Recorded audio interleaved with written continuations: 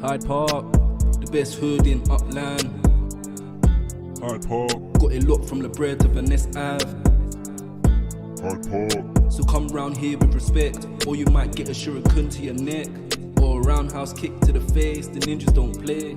Stacking the UPEX from all the treasure we're hunting. Dragons keep the properties coming.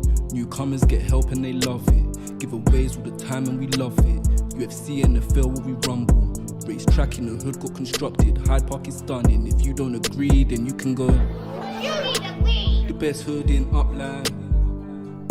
Yeah, Hyde Park, got it locked from the bread to Vanessa Ave.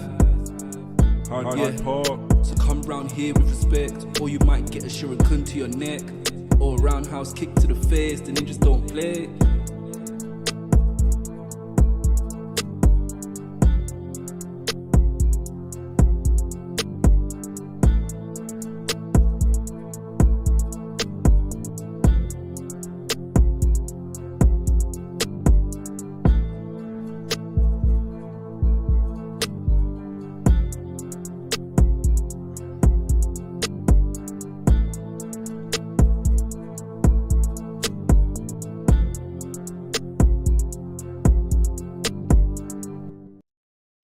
Good morning, everyone. Happy Wednesday. So we're coming at you a day late. We had some crazy weather here and power outages. So no, the internet was down in the computer system and streaming equipment was down. So as always, ninjas always make it work. So here we are on Wednesday, filling in the gaps to make sure we don't skip a beat here. So KO, how's everything out there your way? Did you guys have any bad weather? It was nuts here. It's like Noah's Yeah, Ark.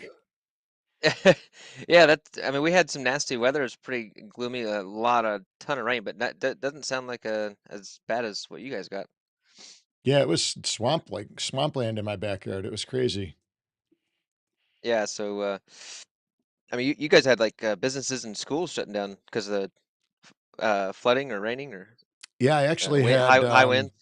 yeah, I've actually had friends that were down at that football game in Miami this weekend, and their flight connectors were going through Charlotte, and they actually got stuck here overnight. Some of them I heard, so they slept at the airport or near the airport there, and then caught the flights out this morning. And it sounds like it affected pretty much the whole East Coast because I had my sister was at the game as well, and she got stuck, I think, up in Baltimore, Mm. with her flights there and finally got out last night. So, yeah, crazy weather all over. And it looks like we got more coming Friday. So, hopefully it doesn't impede classes. We actually did have to close down the academies. We had some tornadoes in the area and it was a little bit crazy. So glad that's done. And we still got a lot accomplished yesterday. So excited about that. And then looking forward to jumping into episode 3 here of the martial arts talk. And we've been going over and discussing, influential women in martial arts. And, the list is so big, actually, when you really break it down. And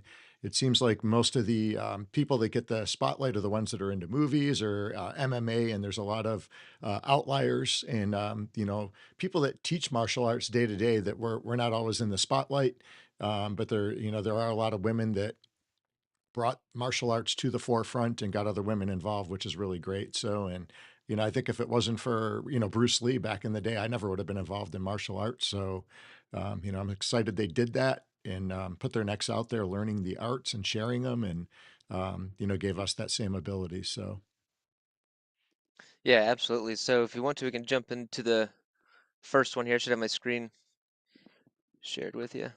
and good morning, Master Mathis. Oh, we got a very high rank that's been in martial arts probably longer than I've been alive. So thank you for joining us today.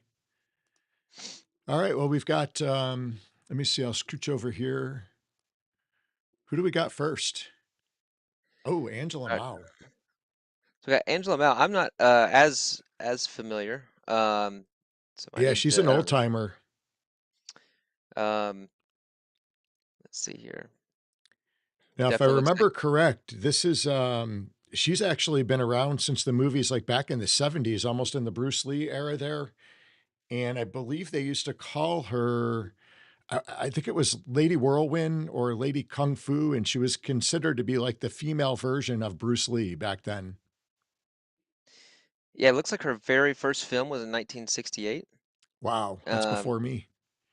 yeah, and so I mean, just a long list of um, Oh, Lady movies Whirlwind. here. That was a movie too, huh? Let's see. Oh, yep, I guess so. And Enter the Dragon as well. Uh, I didn't realize that. Oh, so that was Let's, the one with Bruce Lee and Chuck Norris, actually. I know we did a feature on the guy's influential martial artists a while back. so that's pretty cool. So man, I mean, just that's a ton of work over. Looks like about 2, 3 decades put into film, and I think you bring up a good point. I mean, we're influenced by these people that were took the leap. They had to put themselves out on the line.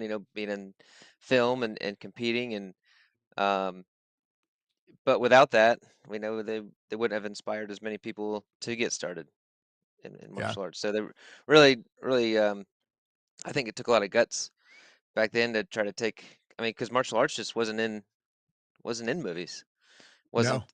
wasn't a thing, and they really brought it to everyone's attention, and um, and man, I think the martial arts, uh, the martial arts themselves have improved because so many people are training, and it's evolving and continually getting better and better, and then so many more people people being able to open up academies and create businesses and livelihoods through the training of martial arts.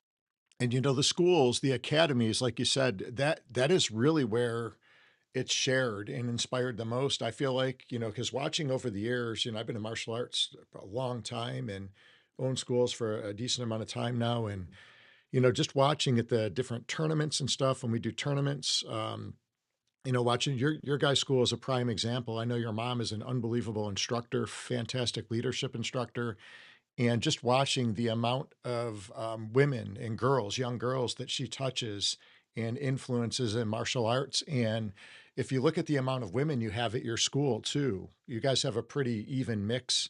But there's a lot of girls that train. And I know for a while at our school in this area, especially after COVID, we did not have any female instructors, and it Mm, definitely impacts how many women, do martial artists or girls in general. And now that we're kind of built back up with our leadership program and we have more, really good women in martial arts teaching, it definitely does make a big difference in that influence.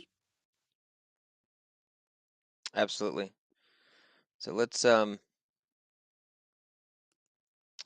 see. Let's move on to the next one here. Keep it going this morning. So we're moving on to, if I can find it. Ah, yeah, there we go. The pop-up. There it is. Perfect. Yeah, Michelle. Okay, this is the mouse, Michelle the Mouse Krasnu. So I actually, have you heard of her before?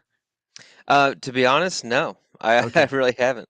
She's a little bit closer to my age bracket, just a little bit younger than me.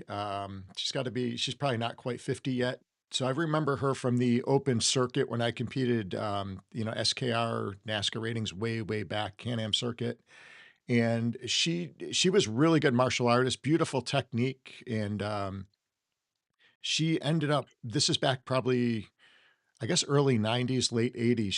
She was really good with weapons and a beautiful kicker. And she got involved in like some of the team competitions and stuff. And I remember her being just a great inspiration for women and all the girls that would just sit around the ring and just kind of drool and watch as she competed. And I remember her doing, they did a competition. It was more of a demo. And the routine was to the, what was that movie or show production, the Phantom of the Opera. So they Mm, did this thing that was like choreographed to Phantom of the Opera, and they dressed up with the Phantom and stuff. And it was her and another guy that was on the circuit at the time, another black belt that was really good named Butch. And it was a fantastic show. I remember seeing that. I think it was in Ontario, Canada, the first time I saw it. Or it could have been in South Carolina, Irmo, South Carolina. I can't remember now. It's been years. But I know she was from the California area. So being that I was on the East Coast and more on the Can-Am circuit side, I didn't get to see her as much at competitions just because of travel and stuff. But I do remember seeing that performance, and it was really amazing. And just the amount of girls that I know that touched. Yeah, and this is pretty cool here. It says that she is the creator of Kick Butt. It's an aerobics martial arts system similar to Billy Blank's Taibo. It Oh, I was remember initially that she was wearing a purple outfit when they did the wow, I remember that like that was yesterday. Holy cow. that's funny. It was known as Kick Butt Kickboxing, Yeah. and they shortened the name. Let's see. Let's Yeah, see. she Yeah. was hard to miss. She was a really good-looking girl too. I remember when that first came out as a kid, and I was probably about 19 or 20, somewhere in there. She's currently a fifth degree black belt master in Tang Sudo Karate.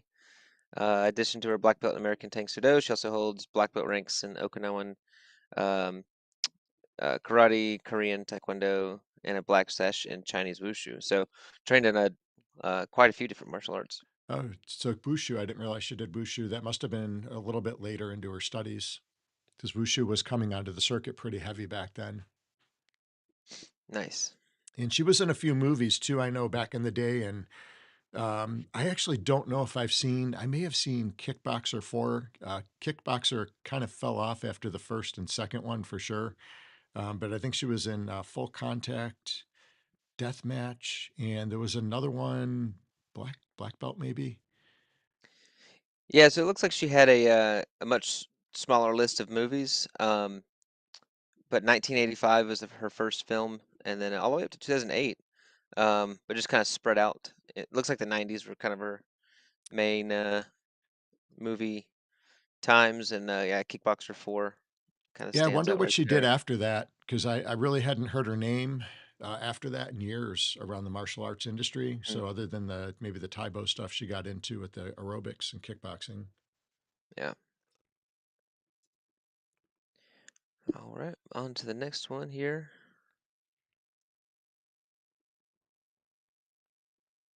All Oh, I right, didn't know Kelly was on this list. so we got Kelly Gallant. All right, now do you know of her? This is another one going back to my age bracket for sure. And I I think I've don't spoke about her on podcasts that we've done in the past. gotcha. Again, I'm not as familiar with this one as well, actually. You don't know any of the old people, do you? You have something against us? No, nothing against you. Um, no, I just, man, I actually just I don't watch a lot of movies, to be honest. I don't watch a lot of stuff. But um, but anyway, so what do you know about Kelly? All right, so Kelly, I actually know fairly well. So I actually, this is the first girl I ever got my butt kicked by. This girl was good, man. So when I started martial arts, I had originally started in Kung Fu, and our teacher had passed away, and I ended up training in a Japanese karate school. It was in Ishinru with a gentleman named Sensei Gallant. And I remember the first day that I met Sensei Gallant. Then Sensei Gallant was her father. I walked into this building. I just saw a sign for karate. You know, I just had a sign for karate in this old building in Buffalo. And I walked up the stairs, and there was this long, narrow hallway, right? And I'm walking down this hallway, and I get to a door, and it had kind of like a little sign on it that said Classic Karate Studios. I was like, all right, I found the right place. And then the door was locked, and I see another guy walking, coming from the other way down the hallway, and he had like a mop and a mop bucket. And he looked at me and he said, "Kick it down, kick it down." And it ended up being Sensei Gallant. So I remember meeting him, and he's a fantastic martial artist, an unbelievable guy, and he was a great instructor. And so his daughter is Kelly, and she did a lot of the teaching. She was a brown belt at the time, and man, she was really good. She was an unbelievable martial artist. She worked her tail off, trained really hard.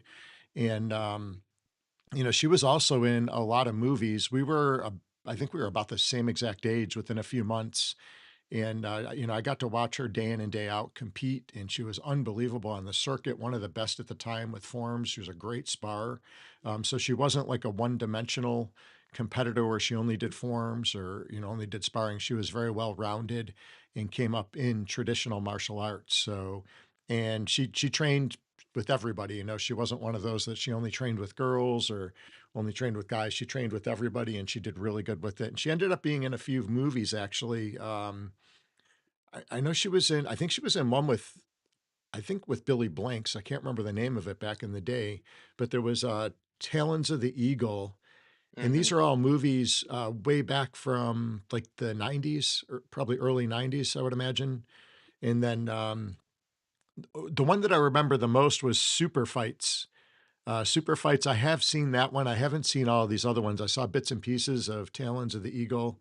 And then there was another movie called, I think it was TC 6000 or TC 2000. That Yep. was another one that she was in. And, but she was a fantastic martial artist. And I don't know what she's doing. Well, I know she actually recently, I found out, passed away. So unfortunate loss to the martial arts community for sure. But she was just a great martial artist, and she was in a couple of good movies, and was just a really big influence for any women that watched her. I know they definitely learned a lot, or anybody that trained with her, they definitely learned a lot. She was an unbelievable martial artist. It sounds like that Talons of the Eagle one is the one with Billy Blanks. Yeah. I saw that in there, and yeah, it's really really sad to hear that she's passed. Sounds like she was really influential to women competing and through her movies and stuff like that. So yeah, it's sad to hear that she passed. Let's see. Let's pull up from here. So kind of shifting a little bit. We've pulled up Zhang Wei Li. Okay. Are you so going a little more current? She was in With MMA, right? so yeah, she was big in the UFC. Let's see. I know she competed in the UFC. I don't know if she competed. Let's see. She competed in KLF. I have not heard of that Hmm. organization. She was a strawweight champion there, but she has a pretty extensive career. Um, has a ton of wins, as you can see here. Um, she's got 24 wins, 3 losses. Interesting right here with her losses is you know a little controversial with Rose. Mm-hmm. Um, because I do think Rose is a good fighter. The last few fights have been pretty interesting. Yeah. She hasn't looked as sharp, but 2 losses back to back here. But then you've got wins over Torres, Jessica Andrade, Joanna. I can't say her last name. Can't pronounce that last name. But she's a beast of a fighter, and she beat her twice. Carla Esparza, she's a great fighter. Mm. Amanda Lemos, like some big names on her resume. So the two losses back to back there to Rose was a is a um, interesting losses, um, Now, is but she overall, fighting still, or is she retired now? so I might be confusing her with someone else. I thought she retired this year. However, she fought in August of 2023. Hmm. She actually got performance of the night. Wow. And oh, wait a second. No, she's not retired. She is this. Is that correct? Because she defended the strawweight championship Oh, in wow. I didn't August. realize she was the champion. Um, hmm, I probably should have double checked on that before I brought her up here. But yeah, it looks like that is correct. Let me fact check that real quick.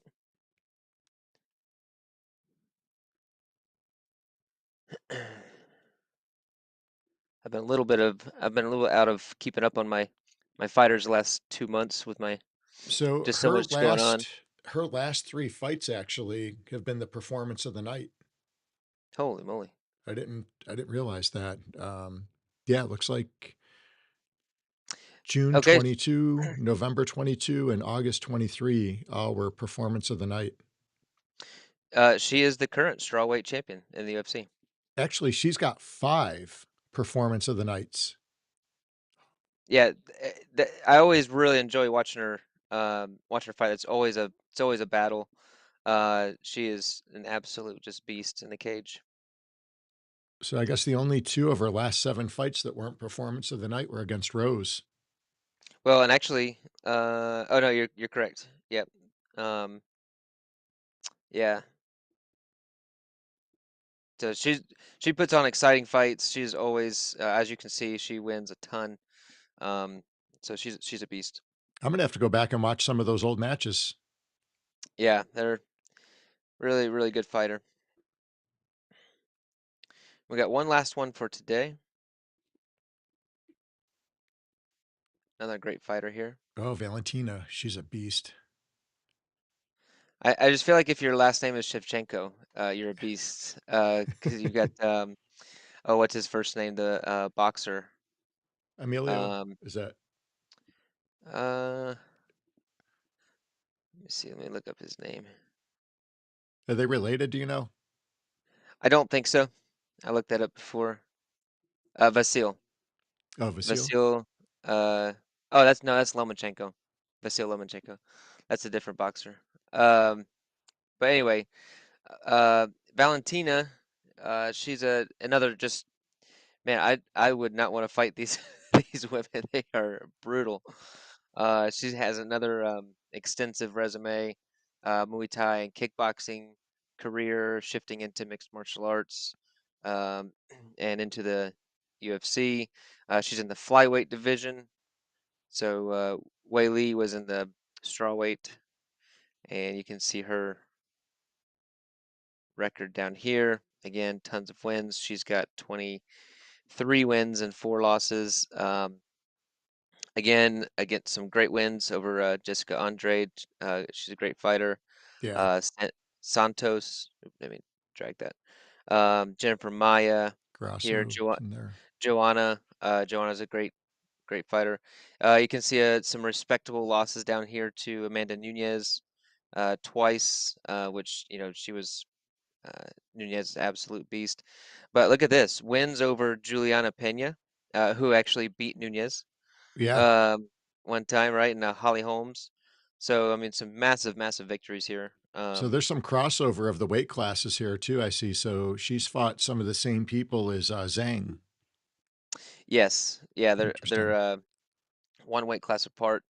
And let's see.